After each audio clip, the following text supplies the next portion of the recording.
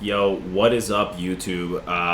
So this is a different game, obviously. Most of the subscribers that I have, not that there's too many at this point, but most of the people that have been watching this channel at all within the last 6 months know that I play StarCraft. Know that I had a goal to kind of go after Grandmaster. We ended up getting Master 3 right around like 40, like mid 4300 range. And then I got a new job and I moved into a new apartment and life's moving fast. So I had to kind of make a decision whether I wanted to spend the next year and a half, potentially even longer, getting to Grandmaster on StarCraft like I had, wanted to do initially, or if I wanted to kind of expand my knowledge of learning, I guess, if that makes sense, like building out processes over the course of different genres, and see if that was more worthwhile. And I think ultimately I decided that it was going to be more worthwhile. I do have a plan to get top 5 to 10%, depending on my enjoyment of the game and my ability to spend time on it, with the following games. So StarCraft 2 is done. We reached top 4% of the player base with 43, 47, I believe was like our peak MMR, something around there. Dota, we played, we were at like 4.2k, but at the time I had no goal of getting into the top 10%, so maybe we'll have to revisit that. Dota's a really tricky one just because it's 70 minutes, like a lot of games in this meta, so I don't know when we can revisit that. But right now our focus is Street Fighter, okay? I've gone with a coach, Gillstolemyride. He's a great dude, and honestly I was really impressed with the free consultation call that he was offering on Metafy, and I just, booked a call. Recommendation was to kind of do a fundamental module where we would go through 4 different lessons, covering offense, defense, neutral, and I forget what the last one was, but we've only done neutral and defense so far. But anyways, just wanted to give a little update in terms of what's going on in my life. Job's going great. I'm really happy. The new apartment's really dope. It's kind of tough, not being able to see my parents every day because they're a big part of my life, and I love just being around them as much as possible. But it's a cool next step, and it's really exciting. So with that being said, the reason I wanted to make this video was as I've been progressing through Street Fighter, and I bought Street Fighter pretty much the same month that it came out, but I wasn't really putting in a lot of hours until maybe like a month and a half ago. And by a lot of hours, I mean like 1 to 2 every day, if possible. Sometimes none. But yeah, anyways, as I've put in more hours, I've started to notice certain things. As I think everybody does once they try to become a student of whatever it is that they're going after.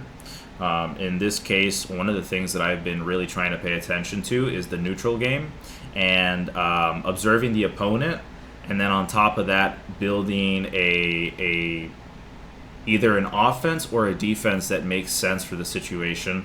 I know I'm Plat 2, so I'm 100% not good at the game. I'm not coming to you guys from that perspective. I just kind of wanted to and share my insight as to how I think about certain matches, as I kind of move up the ranks. So I wanted to, kind of go over the first game, so we can just start playing it. And this guy immediately starts looking a little suspicious. I don't know if that was a misinput at the start, but yeah, we go for a jump in there, goes for the anti-air. We're just EXDPing on wake up because we suck, but that's okay. I'm trying to slow it down, I believe, after the first round, just because the first round was so unbelievably clownish that I was kind of just like, all right, we need to kind of take a chill pill and try to build a game plan around this guy, because we're both going monkey mode, and I know that's what Kens do, but I need to actually think about the game. So second round, my game plan was to continue monkeying around even harder.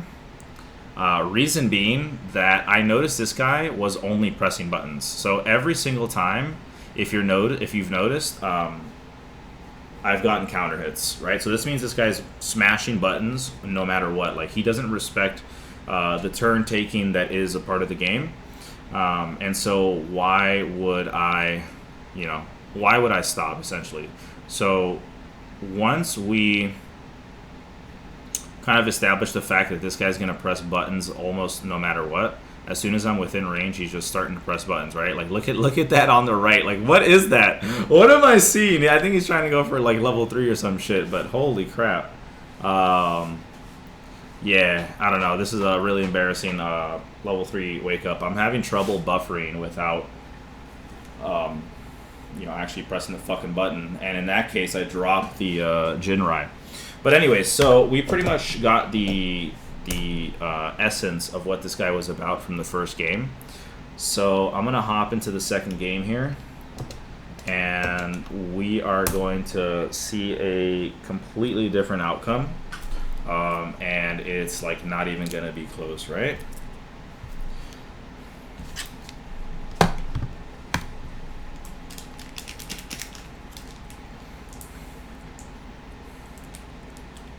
I mean, I'm actually getting counter hits every single time. This guy is pressing buttons as often as possible. I think that was the first time that I didn't get a counter hit. We get the punish counter here, and then we go for the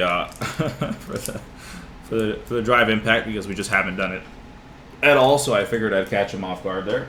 I know it may not necessarily be real, but sometimes you do these sorts of things based on your opponent's tendencies. And this guy was EXing all over the place. Burnt out within the first 7 seconds of the round. And then just 2 double perfects. I mean, the match was actually over within 45 seconds of gameplay. Potentially even less. And I will show the third game just because if I played this guy with the same tendencies 10 times, we'd probably end up beating him, 9 out of 10 times, right? Because he doesn't respect the turn taking that is a part of the game. So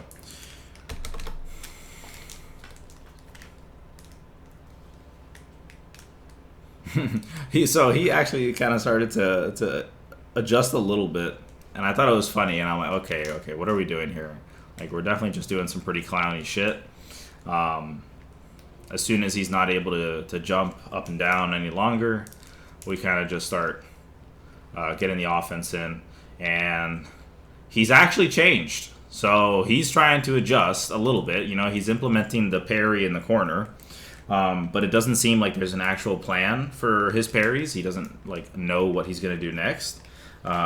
He probably hasn't bothered to look at the frame data. And you know what, bro? If this guy wants to play the game this way and he has fun with it, then all power to him.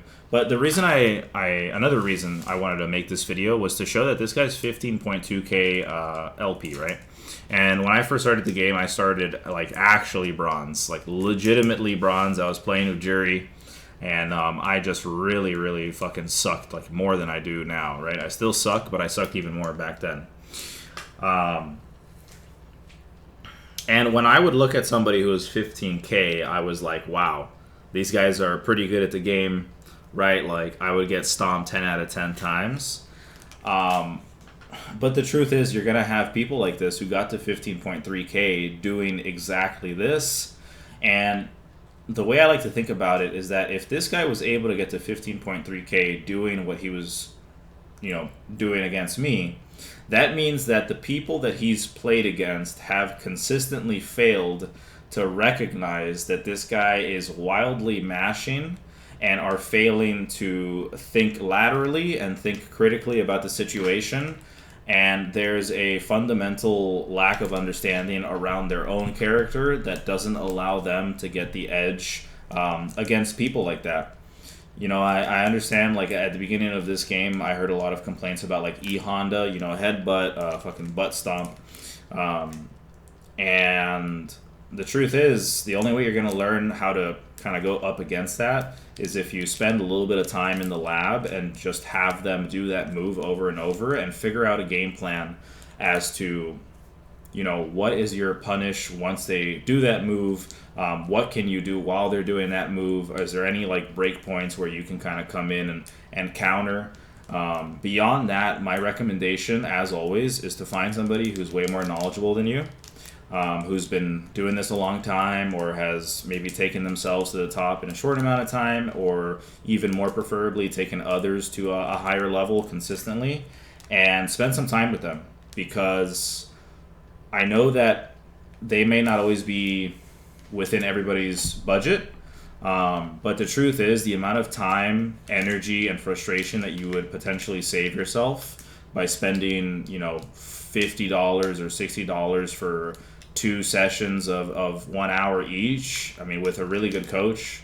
And again, I'm recommending Gil because I've worked with him, and in the first 2 sessions I've been really impressed. You know, he's really professional. But you can save yourself a lot of heartache if you just reach out for help. We're not meant to do everything by ourselves. We're not meant to grow and get to the highest level by ourselves. Please, like, use resources within the community, whether it be a coach, whether it be, you know, training guides, whether it be instructional videos like the free ones that Nephew has. Just like find resources and like actually utilize them. You know what I mean? Yeah, so that's pretty much it. Thanks for kind of listening to my rant, and look forward to getting to master in Street Fighter as well. So with that being said, Fohnzii out. Have a great night. Peace.